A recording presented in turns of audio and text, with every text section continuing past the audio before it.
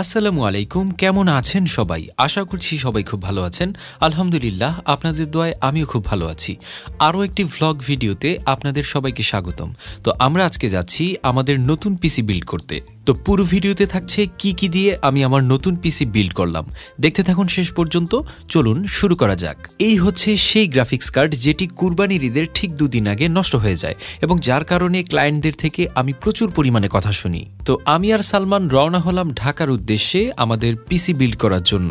আমরা যাব Multiplan computer সেন্টারে। সেটার 5ম তলায় আমাদের পছন্দের একটি দোকান রয়েছে যেখান থেকে আমরা সবসময় কম্পিউটার অ্যাক্সেসরিজ ক্রয় করি। তো আমরা বাসে উঠে গেলাম এবং বাসের জানালা দিয়ে প্রাকৃতিক দৃশ্য দেখতে দেখতে আমরা ঢাকার যানজট ঠেলে মাল্টিপ্ল্যানে এসে পৌঁছালাম। এই হচ্ছে আমাদের পছন্দের দোকান এক্সট্রিম কম্পিউটার, যেটা মাল্টিপ্ল্যানের লেভেল 5-এ অবস্থিত। দোকান নাম্বার হচ্ছে 556 এবং 557। দোকানের ওনার নিজাম ভাই খুবই ভালো মনের একজন মানুষ।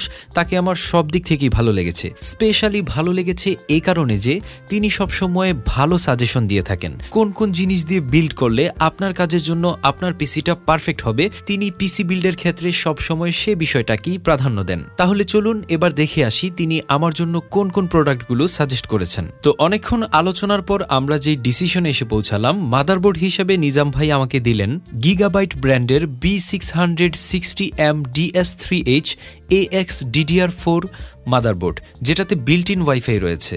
আমি এখন একটা একটা করে প্রোডাক্টের প্রাইস বলবো না, ভিডিওর শেষের দিকে সবগুলো একসাথে বলে দিব। সেখানে আপনি জেনে নিতে পারবেন আমার এই পিসি বিল্ড করতে কোন প্রোডাক্টটা কত প্রাইসে কিনতে হয়েছিল। তো এবার আসি প্রসেসরে। প্রসেসর হিসেবে আমরা চুজ করেছি ইন্টেলের Core i5 12th Gen processor. RAM হিসেবে নিয়েছি জি স্কিল ব্র্যান্ডের 16GB করে 32GB র্যাম। এসএসডি নিয়েছি স্যামসাংয়ের 500GBর 980 NVMe M.2 SSD।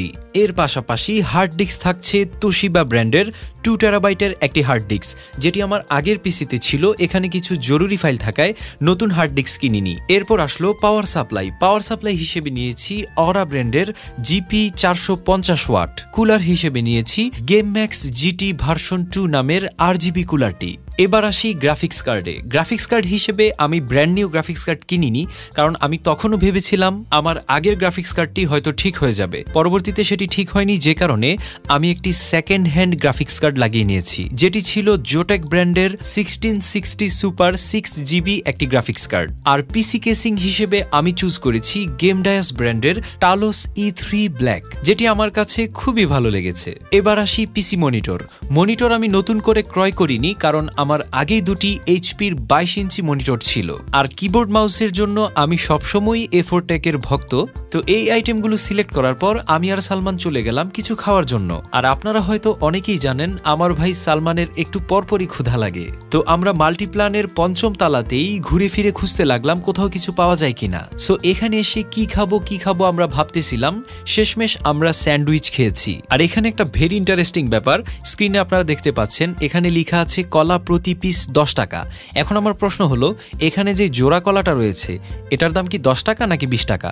এটার উত্তরটা আপনারা কমেন্ট বক্সে দিয়ে যাবেন। যাই হোক, স্যান্ডউইচ খাওয়া শেষ করার পর আমরা দুই ভাই মিলে পেপসি খেলাম এবং পেপসি খাওয়া শেষ করে আবার চলে আসলাম নিজাম ভাইয়ের এক্সট্রিম কম্পিউটারে। এরপর আপনারা দেখতেই পাচ্ছেন আমার পিসি তৈরি হচ্ছে। তো যারা যারা এই ভিডিওটি দেখছেন তাদের উদ্দেশ্যে কিছু গুরুত্বপূর্ণ কথা বলছি। ভালোর শেষ নেই। আপনি যত বেশি টাকা ইনভেস্ট করবেন তত ভালো মানের পিসি আপনি বিল্ড করতে পারবেন, কিন্তু আপনি চাইলেই তো আর লাখ লাখ টাকা ইনভেস্ট করতে পারবেন না। সো আপনাকে খুঁজে নিতে হবে যে আপনার কাজের জন্য আসলে কতটুকু দরকার। চেষ্টা করবেন সেই দরকার অনুযায়ী একটা পিসি বিল্ড করার জন্য। একটা ভালো মানের পিসি আপনার অনেক টাইম সেভ করবে। আপনাকে এডিটিং হোক, গেমিং হোক, অথবা যে কোনো কাজে আপনি ব্যবহার করেন না কেন, সেটাতে আপনাকে খুব রিল্যাক্স পারফরমেন্স দিবে।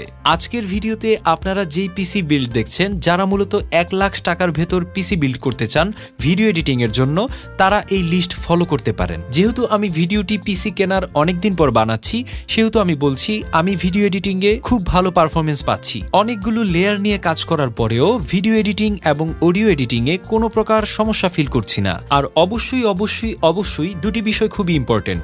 নাম্বার 1, পিসিতে সবসময় পেইড অ্যান্টিভাইরাস ইউজ করবেন। নাম্বার 2, পিসিতে অবশ্যই ইউপিএস ইউজ করবেন। তো আজকের ভিডিওতে আর বেশি কিছু বলছি না, এখন আপনাদেরকে জানিয়ে দিব আমার এই পিসিটা বিল্ড করতে আমাকে কোন প্রোডাক্টটি কত টাকা দিয়ে কিনতে হয়েছিল এবং টোটাল আমার কত টাকা খরচ হয়েছে।